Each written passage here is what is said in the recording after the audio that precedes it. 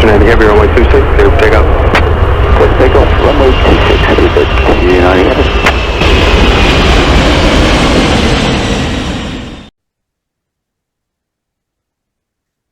Welcome to the Aeropedia Podcast. I'm Ashwin. And I'm Peeter. And this week we have Melissa Cooper, who's Director of Aviation for the City of Kansas City, having previously served multiple roles at the Kansas City Aviation Department, as well as contractor with the FAA Central Region Runway Safety Program, System Controller for Vanguard Airlines, and Scheduler for Executive Beechcraft. Melissa holds her commercial pilot certificate with an instrument rating. She has a master's degree in aviation safety and bachelor's degree in aviation technology, both from the University of Central Missouri. We're also joined this week by her colleague, Justin Meyer. Justin is a 28-year veteran of the U.S. aviation industry, currently the Deputy Director of Aviation, Marketing, and Air Service Development at the Kansas City Aviation Department. Justin was actively involved in the planning for Build KCI, the $1.5 billion new single terminal at Kansas City International Airport. So welcome, Melissa and Justin. Justin, Melissa, thanks a lot for joining the Aeropedia Podcast. Thanks for having us. Excited to be here. Yeah, so as we do with all of our guests, why don't we start with kind of just give us a background and a rundown of your professional journeys, respectively. All right, so my name is Melissa Cooper. I currently serve as the Aviation Director for the Kansas City International Airport and the Charles B. Wheeler Downtown Airport. Kansas City Aviation Department has 2 airports within their system. I've served in that role for literally a year. So today, I was announced on November 1st of 2023 as the new director. So 366 days, I guess it was a leap year of fun. Prior to that, I served as a Deputy Director of Commercial Development and Properties, responsible for any revenue that, in the system, airport system, as well as essentially the landlord. So responsible for the relationships with our tenants and our stakeholders, and any leases and development that we have at the airport system. Prior to that, majority of my career in aviation management has actually been at the Charles B. Wheeler Downtown Airport. I served for 7 years as the Assistant Airport Manager and 5 years as the Airport Manager. I have a couple years as Field Maintenance Manager for the 11,000 acres of property here, and some other jobs prior to that. Worked as a contractor for the FAA, worked with the FBO, worked for a small air carrier based out of Kansas City, and actually started my career, thought I was going to be a commercial corporate pilot. So I have my commercial pilot's license and instrument rating. And like Melissa, I started down the path towards pilot. I grew up in Northern Virginia, attended Florida Tech, got multiple pilot ratings and licenses, and then realized that wasn't the career path I wanted. So I started with an airline in 1999, Vanguard Airlines in Kansas City, worked there for a few years, then went to AirTran in a network planning, schedule planning role, worked at AirTran for 4 years, and then came back to Kansas City and started my first foray into airport management as a air service development manager in 2006. And with the exception of 2 years in Tampa, I've been at Kansas City ever since then, and currently in a role as Deputy Director of Marketing, Air Service, and Customer Service.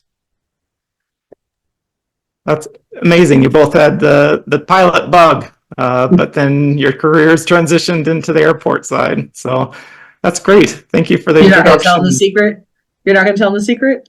No, you tell them the secret. We actually have been colleagues and friends since 1999 when we worked at the same airline together here in Kansas City. Excellent. I think that's worthy of a trivia question sometime, Ashwin. We'll have to see with our listeners listen in. Well, great. Thanks, Melissa and Justin, for the intros. Transitioning to the Kansas City network there, you said you had 2 airports. Could you give our listeners a little bit of insight into the kind of the differences of how those airports serve the city? Yes, absolutely love to. Charles B. Wheeler Downtown Airport, which is our Kansas City downtown airport, is actually 97 years old. It was founded on August 17th, 1927. Charles Lindbergh flew the Spirit of St. Louis after his transatlantic flight. to Kansas City and declared that among city leaders as the future of aviation in Kansas City. So that location, just literally across the bridge from downtown Kansas City, is been the home of aviation for Kansas City. Served as the only airport at the Kansas City system until 1952. Is 52 the right year? When TWA had a need for an overhaul base, and they created a runway system to help their operation and their overhaul base and their maintenance needs.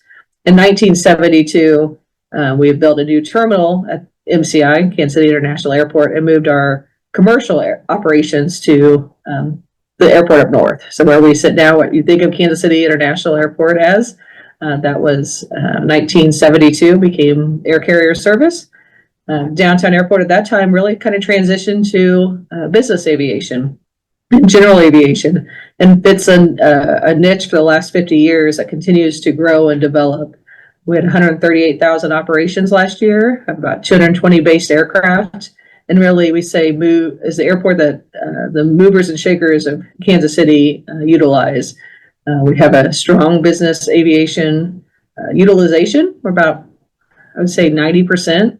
And we did about $651 million of economic impact each year at that airport, and really serves as a reliever airport, as a true gym and business catapult for our region. 1972, for the MCI airport is when we started seeing the commercial operations at air carrier operations for Kansas City transition. Just last year, we celebrated over 50 years in our old terminal facility with the new terminal, consolidated terminal, $1.5 billion project. So this airport really serves our air cargo and our air carrier operations. Melissa missed one thing Okay. about the downtown airport, and that is the significance of two operations that took place today. My son just flew his instrument check ride and passed. So, Yes. out of the downtown airport. So really proud of him for that, and thankful for the existence of MKC as a super convenient reliever airport for the region.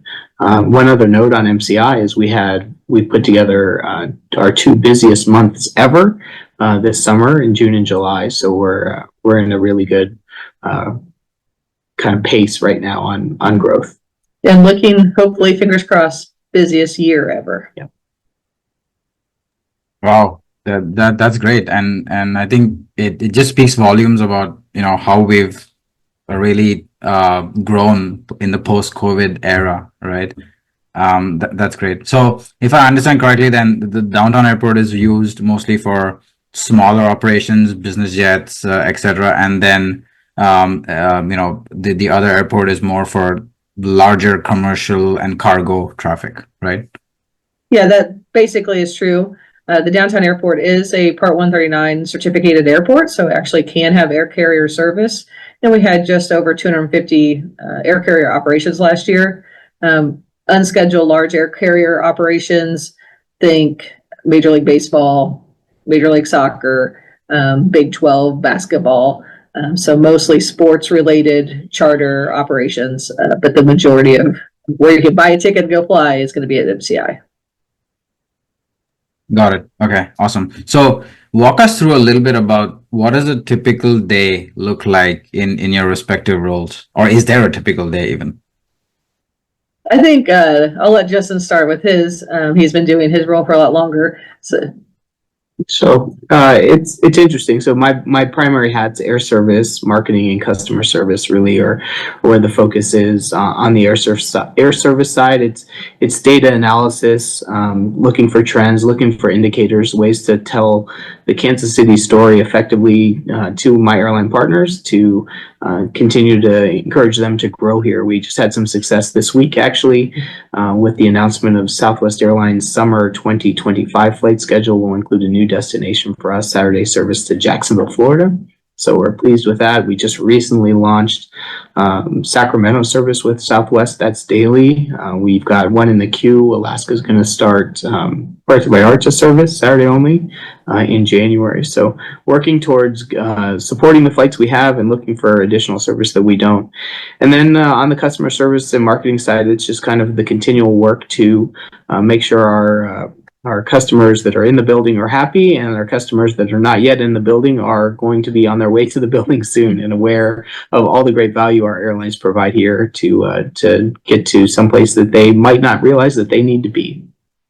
When you said something exciting happened this year or this week, I thought you would brag a little bit. No. We are among royalty.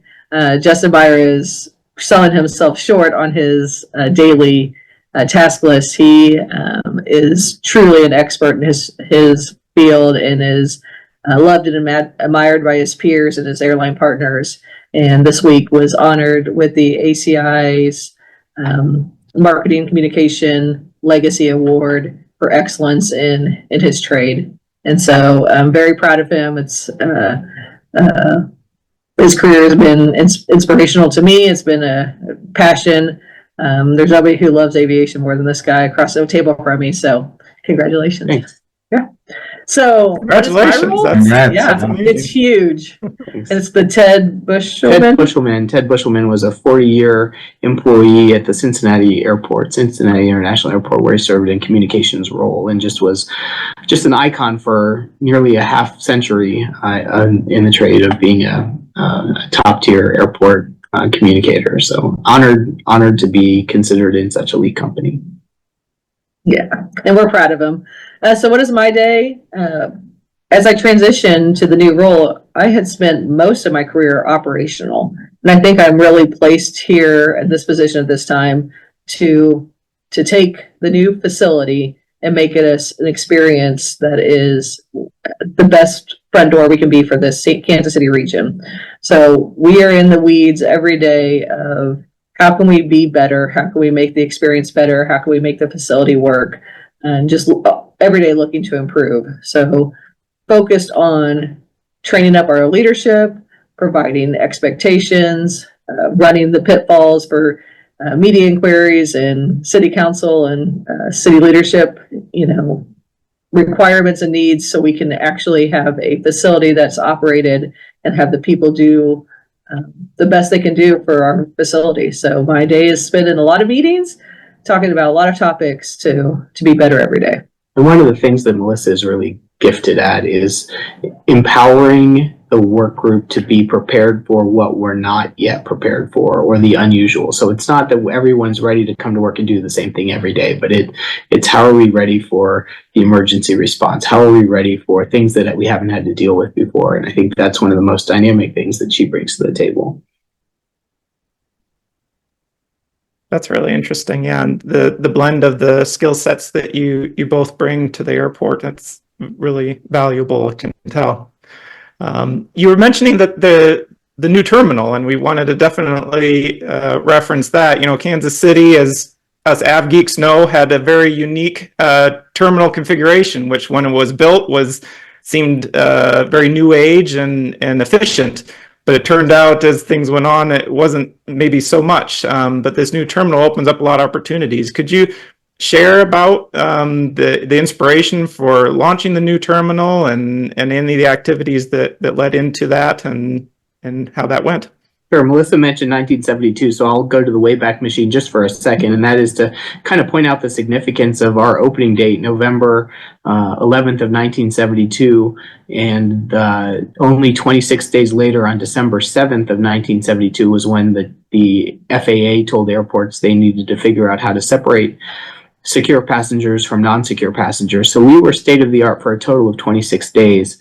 And then it's been 50 years of trying to work through the logistics of making sure the facility works. So what was the inspiration of the new terminal was solving a lot of problems. Things like not having enough seating in the gate areas, not having enough concessions in the gate areas, not having enough restrooms in the gate areas. We had to solve some pretty immediate problems. And I think we're really proud with what we've been able to do. The guiding light for this was really to build a facility that was functional, usable for our airlines and our passengers, was accessible. Accessibility was a high priority to make sure that this was a building that could be used by all passengers, and truly one that was cost focused, and that we could make sure that we opened a place that our airline partners, who have their own cost pressures increasing through contracts and price of jet fuel and other things, that we could make sure that we delivered a place where they are able to grow in a financially advantageous way. Anything else? Yeah, I think there's just some uniqueness of the old terminal. One, it was only 75 feet wide. So if you think about from front door to jet bridge, 75 feet is not very far. You might be sitting in a room that's 40 feet. So double that. And that is half of that would be your gate space and half of your free security space. We are so constrained for space in the old facility that we just had significant problems. And so this new facility, I like to stand in the ticket counter area and say, this is 90 feet wide. You could literally straighten out the old facilities from the horseshoe to a noodle and noodle that through and fit it into the head house, not lengthwise, but widthwise. So I think because of its uniqueness and the architectural oddities and coolness of the facility, the design team and the aviation department leadership team really leaned into how do we preserve that? How do we honor that old design into the new facility? And so you'll see things from the old facility, the I-beams, the Y configuration on the Y columns. You'll see we have wood ceilings. The initial terminal in 1972 had Pergo wood floors. And so we brought in some of just those design and architectural elements to honor and to pay homage to the old facility. So I think I'm really proud of what the community did, what the airport leadership team did to memorialize and to remember where we came from. That's amazing. Thank you for sharing that background and the transition. Yeah, those dimensions, it's kind of crazy to think about. Another unique thing about your terminal, and it's somewhat unique in the United States, there's a few more of these happening more and more, but it's this public-private partnership of the operating of it. Could you explain to our listeners a little bit about what that is and how it's different than some other operations at airports in the U.S.? I think that's a little bit of a misnomer. I think that's how we got started. We talked about the Kansas City really loved their terminal and didn't see the need necessarily for spending the money. I mean, $1.5 billion is the largest infrastructure project in Kansas City history. To do that on time and on budget was not really something that our community trusted city government to do. And so the initial conversations were, how do we get this done? And so we had some public partners who really moved that needle within the community's eyes of, this is really a need and we can do it different ways. And so that's kind of how the process started. But with our funding opportunities and our partnership with the airline and our partnership just through procurement and the FAA, it actually was a public project from start to finish. So we get that kind of nomer that we were public-private partnership, but we actually kind of started down that track, but ended up as a public operation, owned, operated, constructed in conjunction through a traditional process. In that case, then the 1.5 billion that you have to spend in order to really redevelop, right? Just walk us through the business case for that, right? How do you get that money? How do you really prioritize what you're going to do with that money? And then how do you decide what are going to be the actual phases of implementation? So to go highlight again, we were on time, on budget. The project is complete and we're under that $1.5 billion mark. But the answer to your first question, the real question is, how did it happen? Partnership. We were in step the entire way with the airline community. Our airline partners, we had 6 at the end who were signatory airlines, committed through a contractual use and lease agreement to be with us through the process. And so we have a residual financial obligation with them, a financial contract So at the end of the day, we have our operating costs, we have our construction capital costs, we earn non-aeronautical revenue every way we can, and if there's anything different, the airlines are committed to making up that difference. So we couldn't have done any of the things without that partnership with the airlines. They're the ones that worked together when the initial bid came in at $2 billion. They came down and we got to about 1.63 billion, and then the line in the sand was 1.5 billion. And so we worked together with the airlines, with the project team, with the designers, with the architects, with the engineers to say, how can we get to where we need to be, and make some hard choices on what needed to be cut from the program to get to that $1.5 billion project. And as a testament to the success of the program, as we were reaching the end, there were things that we're saying, well, we've actually got some money left over. What can we do? So one of the things we built out, which will be opening next year, was some additional space that could be eventually built out on the A Concourse north side, which will be a common use lounge starting in 4 or 5 months from now. Yeah, one of the interesting things is the timing of the design and the construction and the procurement of materials was right before COVID. And where some projects and other airports stopped, we kept rolling. We had our orders already made for supply chain issues, so we beat that rush. I think the legend, the story that probably will live forever is we had our steel shipped in from Canada, and about 12 hours before the Canadian borders, US borders closed due to COVID, we received our last shipment of steel for our build out. We have a project that was $1.5 billion that you couldn't rebuild today at that same cost because of the increase in raw materials and procurement and everything that goes into construction. Another thing that we were able to just be able to accomplish is the timing of when we did our bonds. All of the financials looked at like a 5% airport revenue bond rating percentage, and we were able to procure our bonds and finalize those bonds at more like a 3.5%. So those savings were really instrumental in a successful project. Yeah. So there's millions of dollars of annual debt payment that we have saved as a result of lower rates. Saved at the project and then saved moving forward. Oh, talk about perfect timing. I mean, yeah. I don't know if COVID brought much good, but for us, we were very fortunate in our timing. Yeah. So then the other piece of this, I really understand the airside portion is as your demand grows, as your airline partners are really supporting you, there's definitely a case to increase the number of gates, to improve your taxiways, runways, etc. What about on the terminal side, right? How do you assess how many more washrooms you need, for example, right? And then, how many more lounges you need, etc., right? Are you analyzing data, assessing wait times, getting feedback from customers? What are the key drivers there that drive your decision making? We are constantly surveying our customers and getting response with their satisfaction. And we're tracking things like what's our average wait time through the security checkpoint. And we're super pleased with all of that. One thing that was really important to us through the design was scalability of the building that we were building. So not just creating room for expansion. And we do have that lower level bag claim. We can put 2 additional belts in without any additional building construction. We can build, if we need to, concourses further south. But what we did in the design was really look for maximizing efficiency.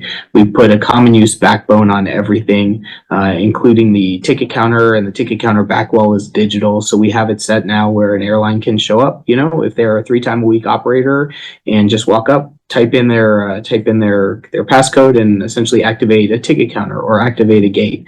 And so there's a lot of flexibility there. In terms of having 40 gates constructed right now, and we're currently only at about 150, 160 scheduled commercial departures a day, we see that we've got room to practically double in terms of gate capacity or gate usage without needing an additional gate at all. So really scaled the building to maximize efficiency and internal growth. And that was really funny because as soon as we opened, it seemed like that was the next story the media wanted. Well, like, when are you going to need to expand? And we were all looking at each other like, well, we would have failed if we were opening a building saying now we need to start a construction project. So we're built for, I think, plenty of growth. We have plenty of growth capacity without needing to enter into any sort of new capital projects. And you mentioned it, runways and taxiways, and we've got plenty of airfield capacity as well. Yeah. And I think to add, our actual square footage between the three terminals versus our one facility now is very close to the same. And so it was really putting the spaces where they needed to be rather than in a semicircle that wasn't connected to anything else. So we actually had about the same square footage. We just had a lot of smart people in the room talking through the needs. How do you make growth? How do you make the most efficient space? And again, back into that partnership with our airline partners that were there literally every step of the way. Any change orders, any decisions, they were in the room and they had ink to paper. I mean, they were bought into the entire process. Oh, very cool. So the next thing that I was very curious about is, how do you talk with your airline partners, right? So what's the pitch like? And I know you must have done this a lot over the last few years as well. What's the Kansas City story that you're telling the airlines to attract more traffic into the region? It's slow and steady growth is for us. There's markets in the U.S. that have just kind of boom and then busted, and for us, it's for the most part, single digit, steady, consistent growth, population growth, business growth, GDP growth, all of that. One of the other things that makes us compelling, especially for some longer haul opportunities, is associated with our catchment area, which is absolutely massive. And you think about kind of the hubs that are in proximity to us, no one's within 400 miles. Denver's 530 miles west, and Chicago is 432 miles northeast. Dallas is, an 8-hour drive to the south. So we have the ability to capture a really significant area. We brand Kansas City as the heart of America, and truly we can pull the entire heart of America to Kansas City International Airport. And we see that our ability to pull from a large catchment area when we drive through the economy parking lot and see license plates from Arkansas and Nebraska and Iowa. In fact, we enplane more Kansans than all Kansas airports combined, even though we're in the state of Missouri. So that's a big thing for us. Looking forward, it's World Cup, and we are really pleased to be one of the host cities for the 2026 FIFA World Cup, and that's going to be a great opportunity for Kansas City. And we've enjoyed watching the success of a lot of our professional sports teams. The Royals have won a World Series in the last 10 years. The Chiefs are on this unprecedented run right now, but we recognize that World Cup 2026 is going to be not only a national boost for us, but internationally a real opportunity to shine. Yeah, that'll bring in a lot of traffic, revenue, passengers, everything, right? That's really great. And yeah, great point about the catchment area. I literally had to look at a map to really understand the geography, and it's massive, right? Absolutely. So yeah, that's great, and it really shows the potential. So I was wondering, just out of curiosity, currently, what's the longest flight out of your airport? What's the longest flight out of our airport? Scheduled service is probably, Seattle? I would think it might be San Fran at 3.5, but we have had Montego Bay. I can't remember if it's in operation right now. That one would be a long poke as well. We did in 2018 and 2019 successfully recruit and support Iceland Air. 757 service to Keflavik, and that flew for 2 summers, and then was a casualty of the MAX grounding as well as COVID. Yeah, makes sense. And so I guess the San Fran one is United. Yeah, that's correct. Yeah. Okay. And then did you mention Seattle as well? I didn't catch that. Yeah, I said Seattle. Yeah, it's if you're looking at maps, it's one of the weird things. We're actually closer to Seattle than we are to San Francisco by a few miles. But it's one of those things that You know, it's weird. Like it's weird in the same way that Miami being west of Pittsburgh is strange, right? Correct. Yeah. Makes sense. And so is the Seattle one operated by Alaska and Delta both? That's correct. And Southwest is in there with some Saturday seasonal service as well. So it's one of our fastest growing markets over the last decade has been that because of competition and additional flights. Right. Yeah. Very interesting. Yeah. And I can definitely, Peter and I have this conversation a lot, right? It's the middle of the country that's becoming such a competitive market now because, you know, that's where as you can grow market share at a really decent pace, right? These routes from Seattle, San Fran are going to become very, very interesting, and there's going to be some competition there between some airlines for sure. Yeah. Cool. And then one other question that I was very curious about is, you know, what roles have you had in the past that you feel have really prepared you for what you're doing today, right? And so it's more for the younger listeners out there. You know, what would you say are really some key prerequisite roles that younger folks need to really focus on in airport management in order to get to roles like yours? Yeah, for me, I would say, one, you have to have an interest or a like of aviation or travel or connecting people. If you don't have that as really your kind of core value, I think maybe that's not the right thing. I think personally, having pilot experience, having my instrument rating, be able to talk to pilots with education, talk to the FAA with knowledge, know what a flight procedure is. Having some of those just hands-on skills of what does it mean to fly, what does it mean to be on an airport, very much important to me in my personal career. Relational, I tell kids all the time, and as they enter this industry, do not burn bridges. This industry is so small. Airport management, there's only 500 commercial use airports. We know our peers. They're our friends. They're our colleagues. They're maybe our competitors in the air service market, but they're really the only allies we have when we talk about government relations and regulations and how you deal with the FAA and requirements. And so these are our friends and peers. So don't burn bridges.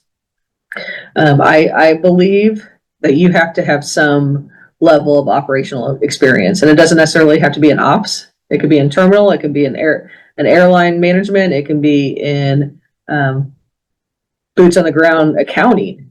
You just have to have some baseline knowledge of what it means to be in the shoes of the frontline employees doing the thing, and grow on that. And remember that in your growth up is these people matter what they're doing. I talked to passengers, but I haven't shoveled snow. I haven't dug a ditch. I haven't changed a light bulb. I haven't cleaned a restroom. And those jobs are what matters. So having that understanding and that firsthand knowledge and having that experience, what it means to deal operationally 24/7, 365 days a year, missing Christmas to provide a safe and secure airport, like those things matter. So that's what I would say. Don't burn bridges and don't be afraid to work hard, put in the time, and learn some new skills.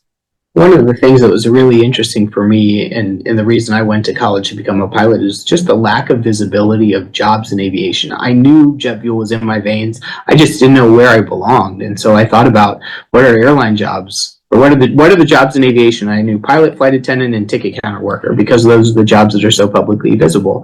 And I think the industry's done a better job of putting a light on all the other opportunities. But when I first started in network planning and learning how to schedule airlines, like it was a perfect fit. I was like, this is exactly how my brain works. To think about time as a logistical challenge of how can I, you know, if I have a plane that needs to be connecting in a hub in Atlanta, but I need it to be back by 3 p.m., like where can I go? How far can I fly? What's the turn time? What's the gate availability? What are the other operational constraints?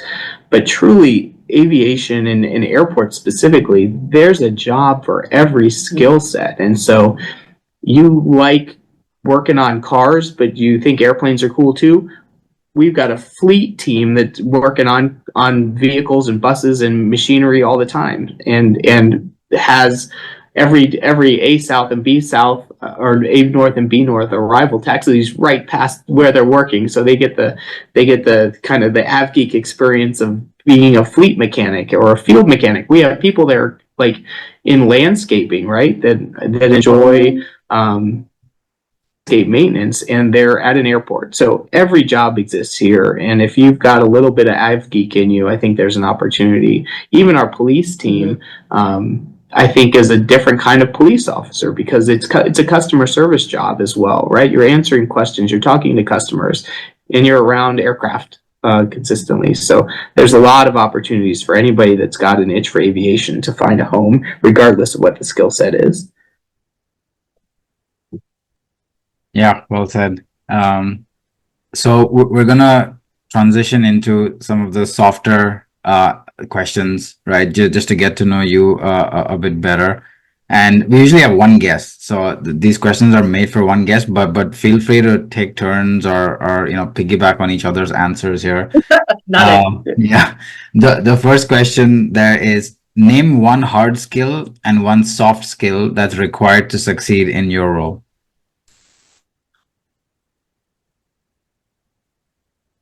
I think soft skill for me at this point, like I said earlier, I'm not doing any of the tasks that need to be done.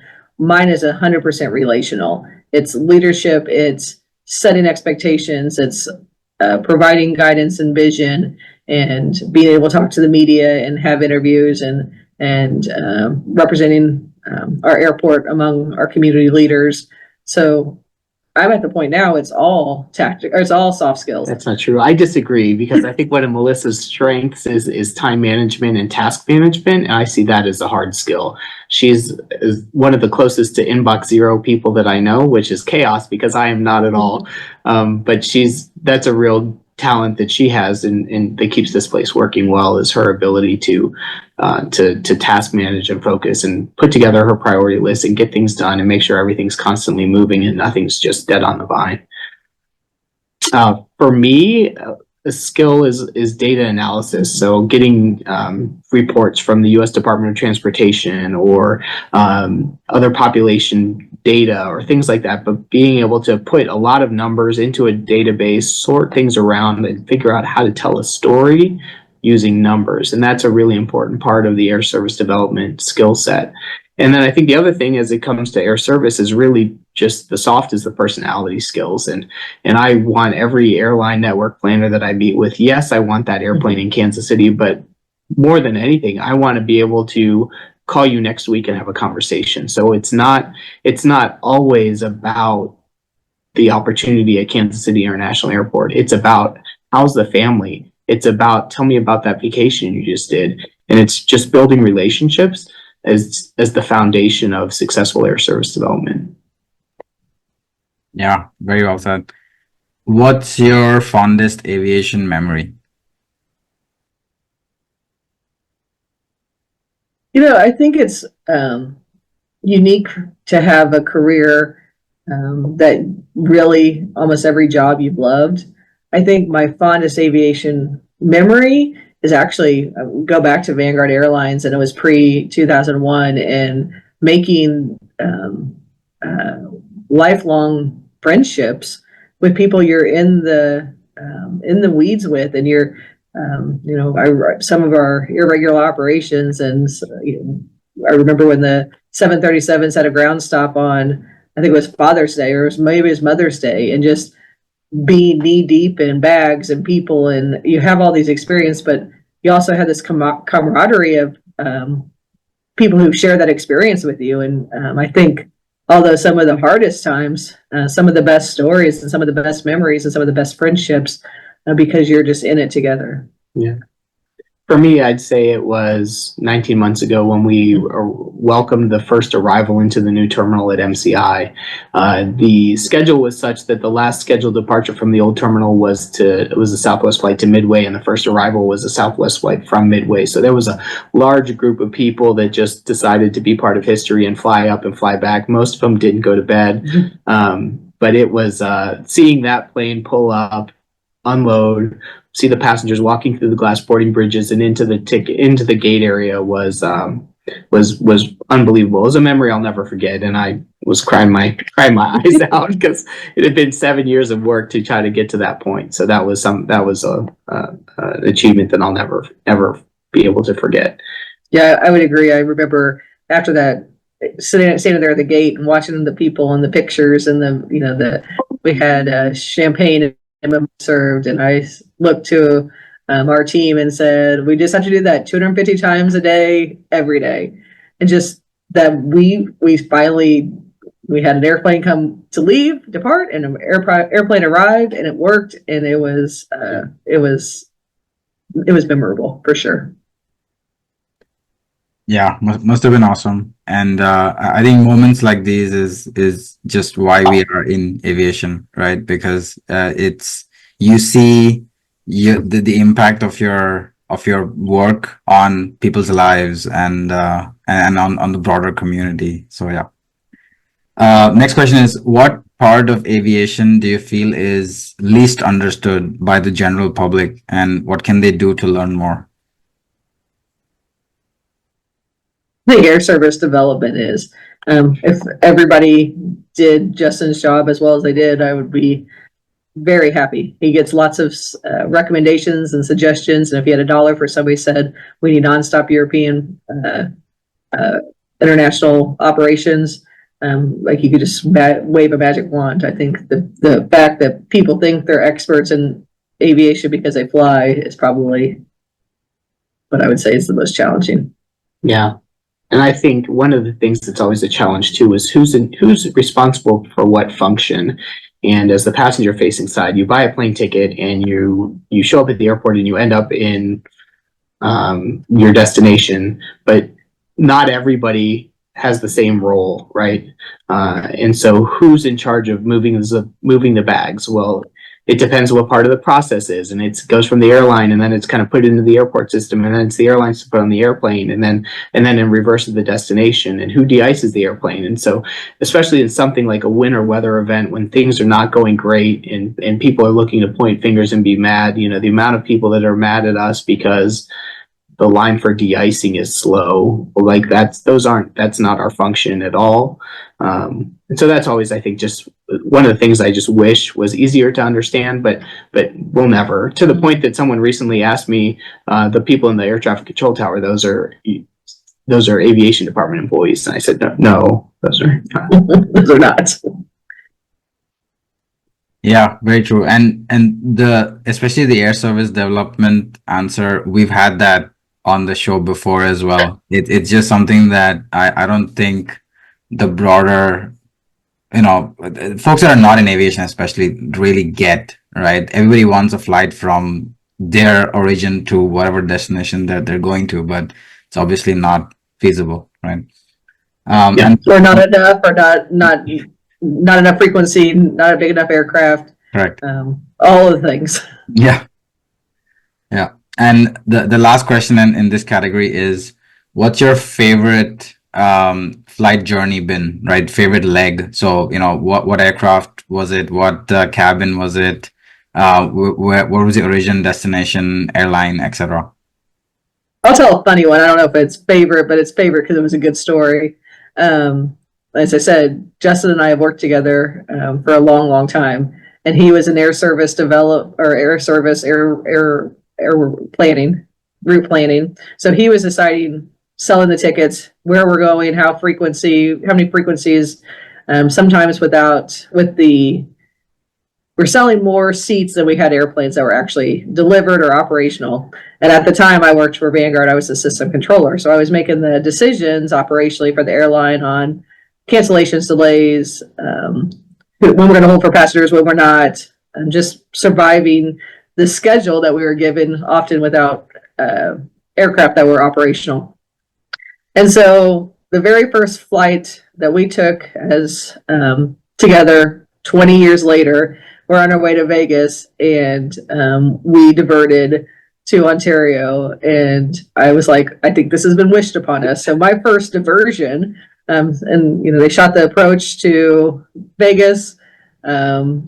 We knew it wasn't happening. They powered up the engines and we never turned. I'm like, well, we're not going back. And so just that that experience and laughing about being in Ontario, California, and people thought we were in Canada, and just the whole thing was comic and it was tiring. And I'm like, well, this has been wished upon us by all of our passengers that we did not do well by 20 years ago. Mine is also In the Way Back, which is a Midwest Express flight. It was my first time flying Midwest Express. I was a Vanguard Airlines employee as well, so it would have been 2001 probably, and I think I was going to Washington, D.C. to attend a slot meeting or a slot lottery that the FAA was doing for LaGuardia slots, and Vanguard had some LaGuardia slots, and I remember, I don't think we were in LaGuardia at the time, so I flew Midwest Express from Kansas City to Omaha or Des Moines. I think it was Omaha, and then from there to Washington, D.C. And I think even on the short flight, I was served champagne and warm cookies, and I was like, "What?" I was a non-ticket. I was the standby airline employee, and I'd never flown them or even really heard about them. And I was like, "This is unbelievable." And, I still miss the smell of fresh cookies in an aircraft cabin. So. Yeah. That was our trademark. The warm That's so cookies. Yep. Yeah. Cool. Someone needs to pick that up, I think. That'd be a good one. Yeah.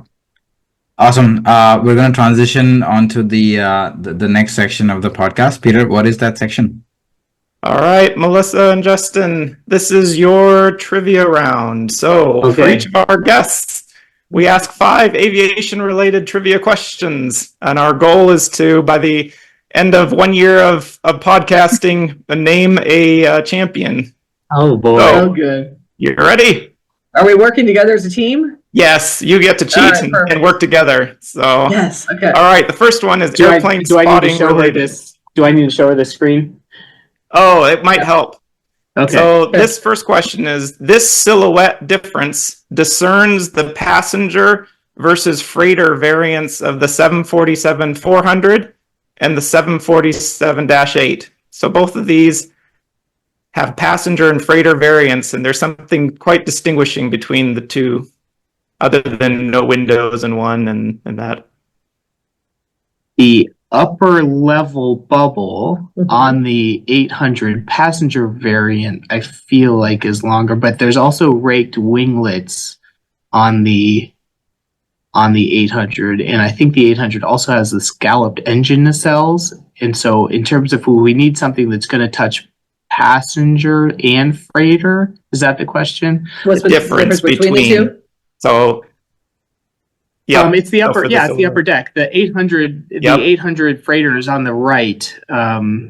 Yep, you got it right. Because of the shorter bubble. Heck yeah. Yep. Yeah. Come on. Okay. You got the first one right. So the passenger variants have the extended upper decks, and they shortened it back down for the freighter because they didn't need it for freight. We got there. Yep. We got there. Nice job. Okay.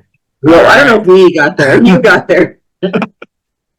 All right, pilots. You should both be able to get this She's one. got this one. If the runway is named, if the runway is named 27C, Charlie, in one direction, what is it named in the opposite direction? 9C. Final answer. Final answer. You are correct. Up top. 9C. All right. You're There's, well on go around based on that picture. There's somebody there. Yeah, a little high. Okay, airline question number 3. This airline was recently announced it's going to operate 13 specially configured Airbus A321neos to transport the U.S. National Basketball Association, or NBA, teams to and from games. Can you name the operating carrier? Okay, wait, we're gonna talk through this. So would it be like Miami Air? No, I'm gonna guess. You're thinking of some I usually am up on news, and I don't know this. The problem is, I think Delta's got Neo, 321 Neos. United just launched their 321 Neos. American has 321s. I can't remember if they have classics and Neos or just classics. I don't. Yeah, it's going to be United Delta because we haven't had an American charter. We've had NBA. I'd say let's try Delta. Because they have specially configured 75s. Sure. So if they're going to replace 75s with Neos, let's say Delta. Delta. You guys are a good team. Yeah. You talked it Wow. through. It is Delta.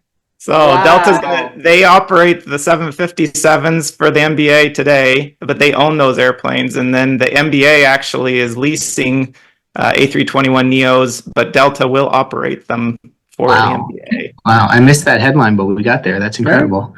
Good one. All right. IATA codes. So YYZ, Yankee, Yankee Zulu, and YTZ, Yankee Tango Zulu, are two airports serving this city. Well, you were saying Zulu, but they would say Z.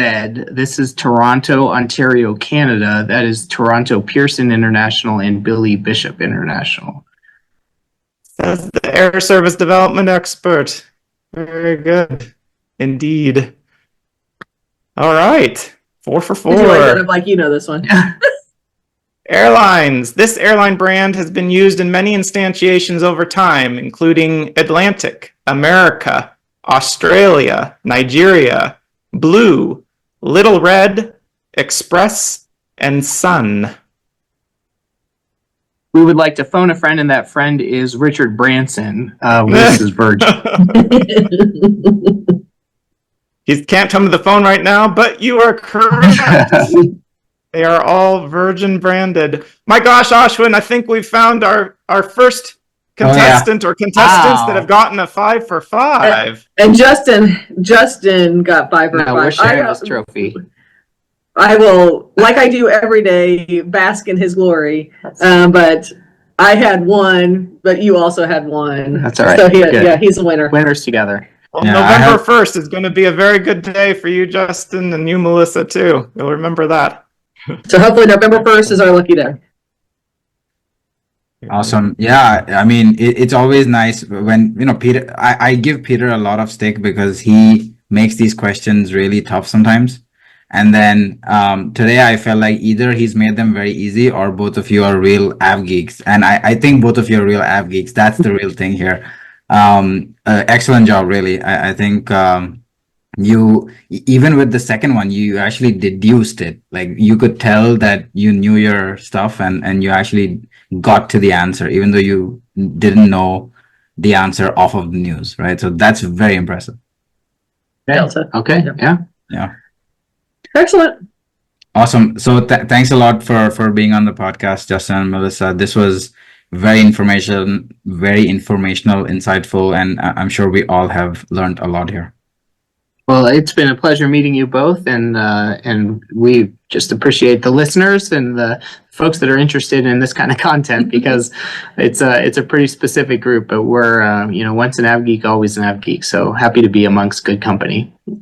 Flying to Kansas City. Love to see you. Awesome. Thanks a lot. Thanks all. Thanks for joining us this week. Send us any feedback, trivia ideas, or future topics you may have to our email at aeropedia.podcast@gmail.com. See you on the next leg of our journey. Bye for now.